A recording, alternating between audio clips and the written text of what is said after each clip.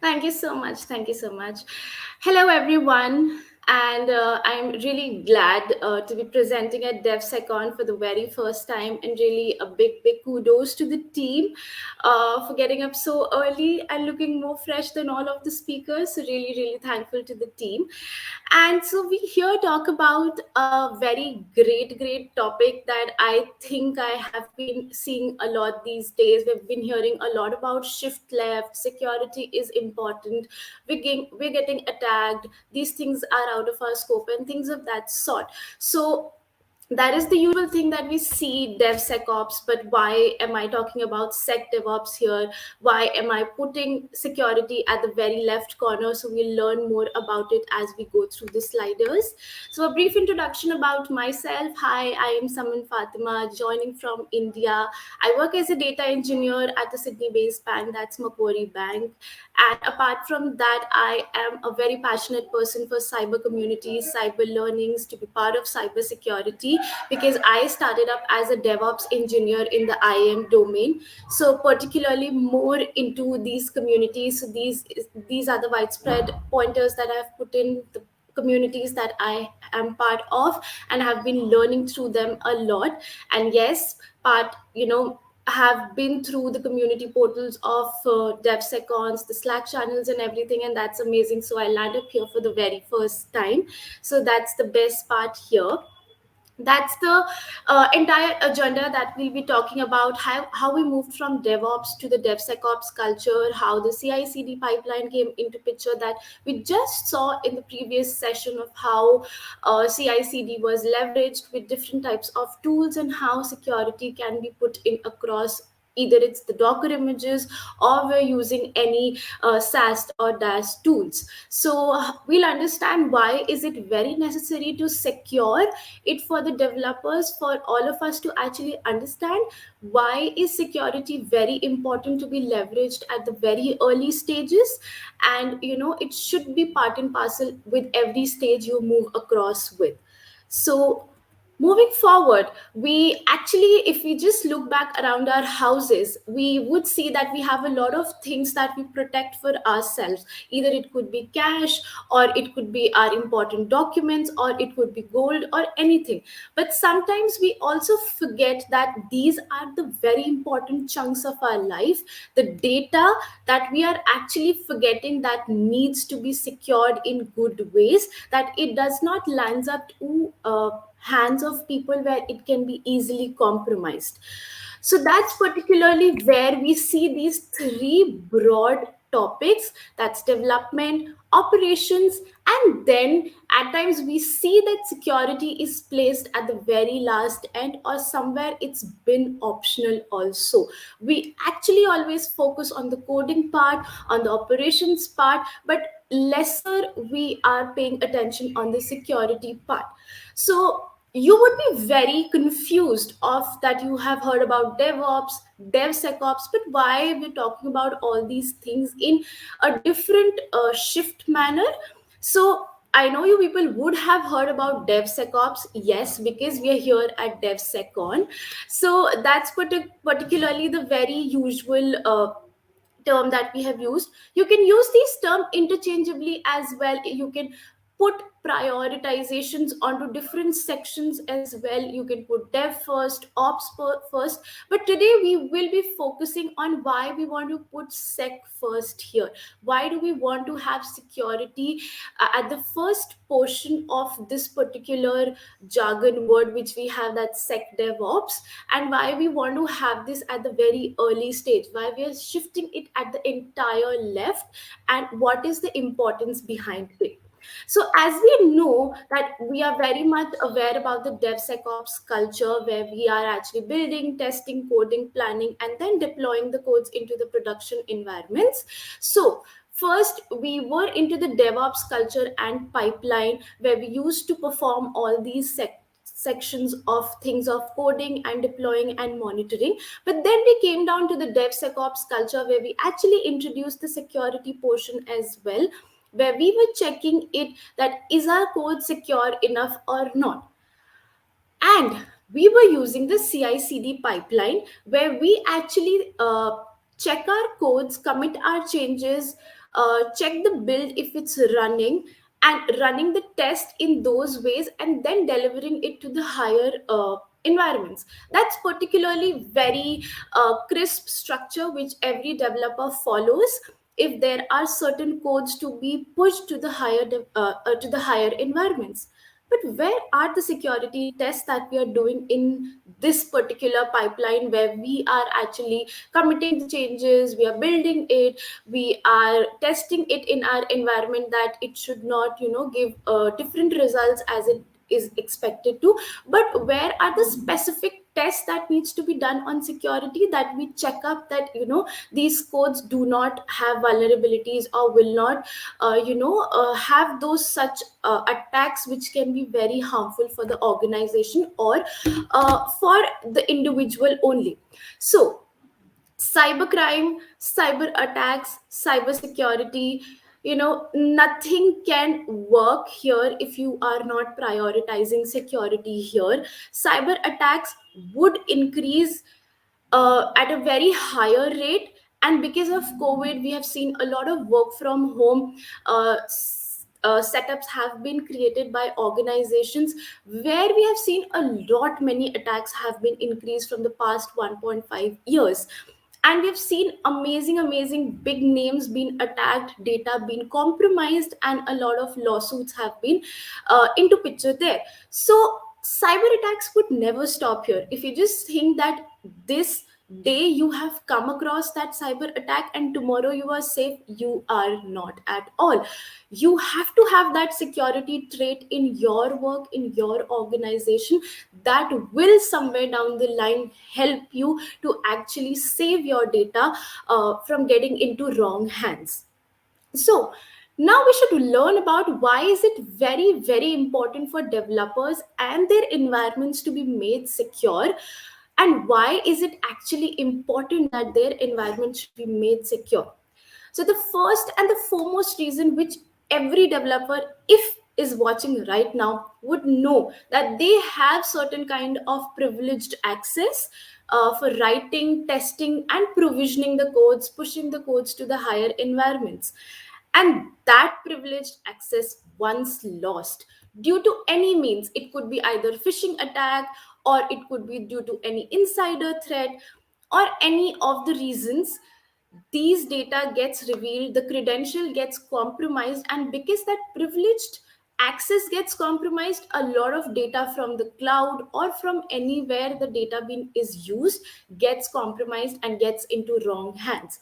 And phishing is the main attack that we see. That's the common social engineering attack which everyone comes across, and a little mistake, a little click on an email or a link can actually make you lose a lot of data there. So it's very important for us to secure the developer's environment. And the second most important reason to secure that environment is we see a lot of containerized applications, and we see Kubernetes here. So a lot of credentials are also used there to access the enterprise data through the Docker images or anything. So those parts have to be also made secured, so that essential data, essential credentials is not getting out there, is very much intact to the people who are actually entitled to have those access. So setting up that security level at the developer's environment is very important for us to save that data, that very critical data on which developers are actually working on. Now, there are these two important parts of SecDevOps that we see here, that security as code and infrastructure as code. What is actually security as code?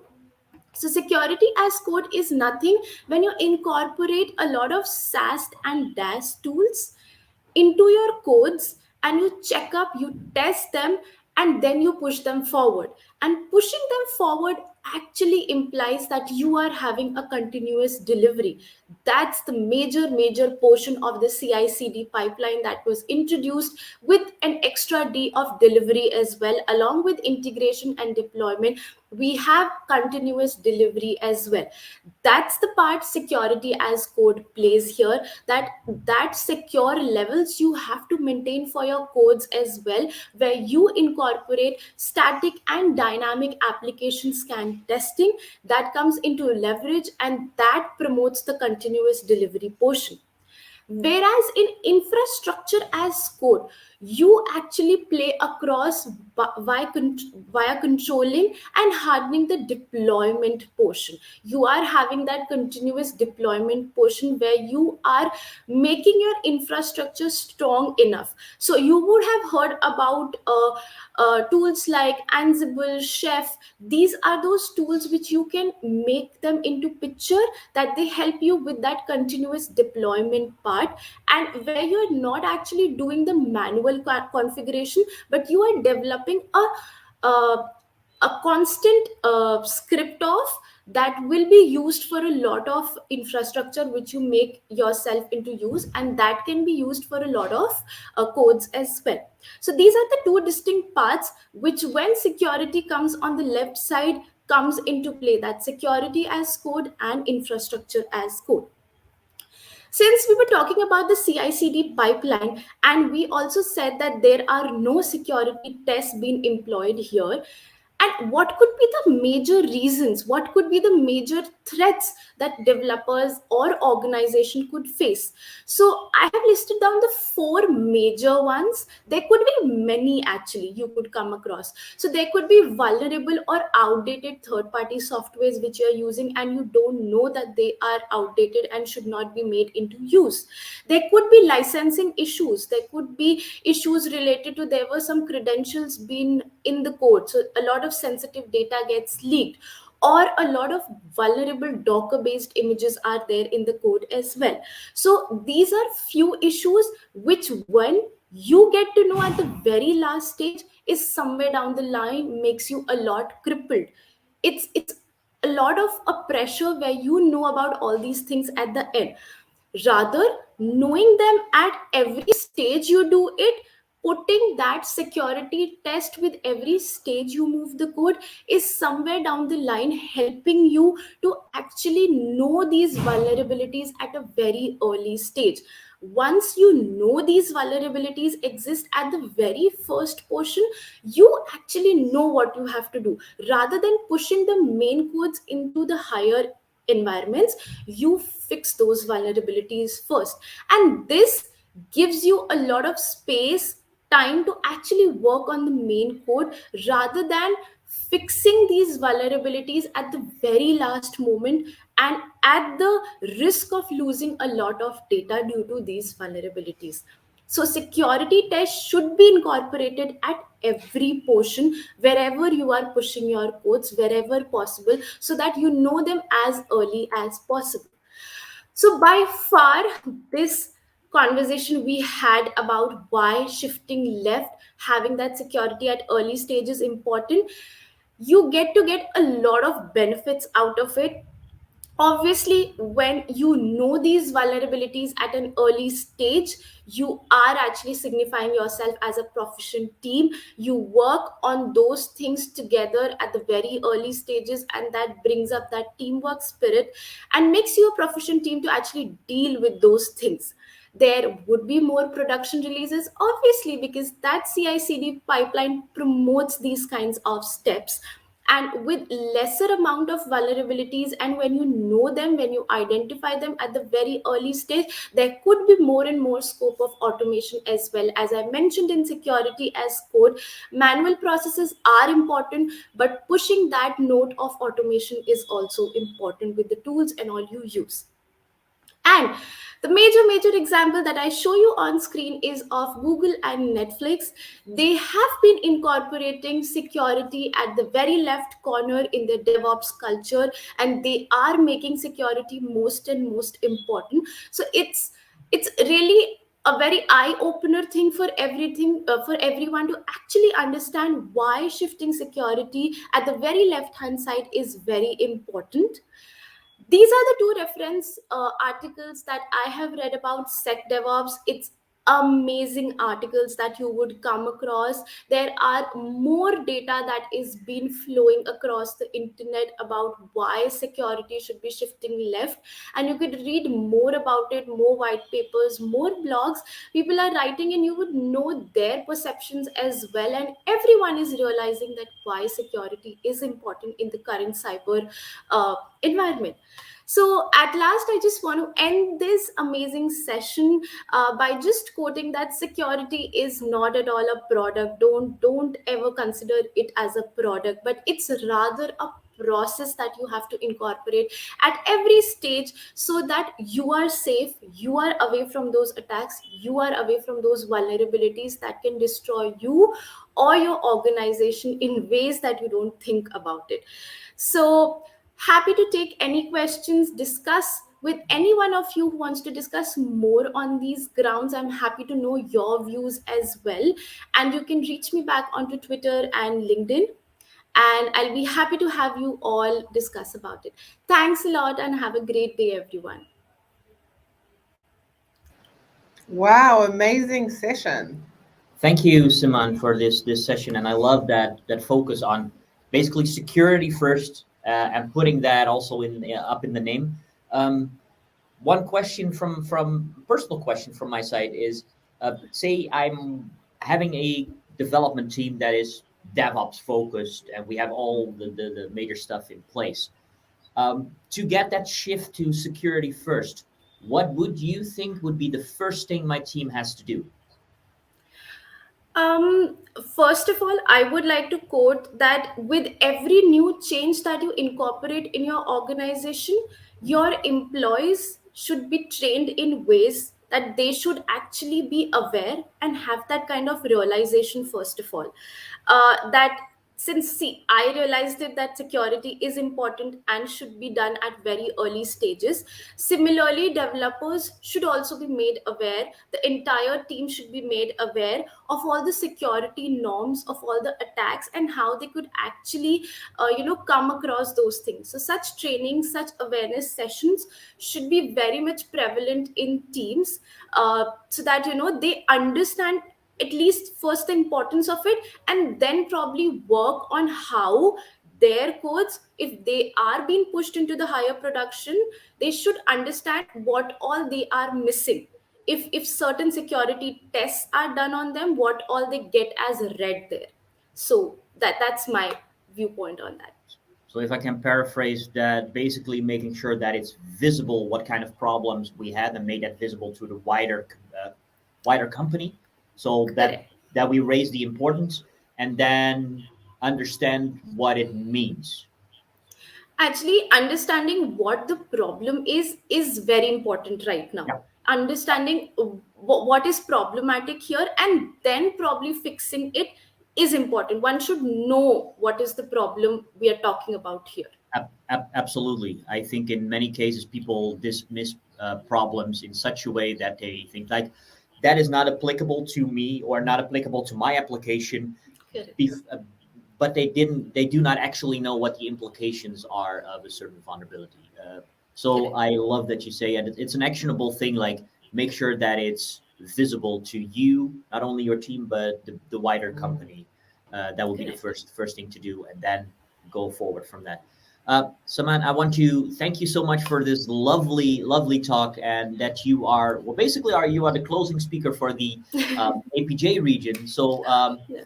thank you so much for being with us. And if you have more questions for Saman, go into either the Hopin platform to ask questions, but even better, go into our Slack community, because all the speakers and Saman as well is are there to answer your questions and to help you out if you have problems or you're struggling with things. All the folks are lovely and are more than happy to help you out. So again, thank you, Saman, and it was great having you. Thanks, Thank you man. so much, and guys, take care.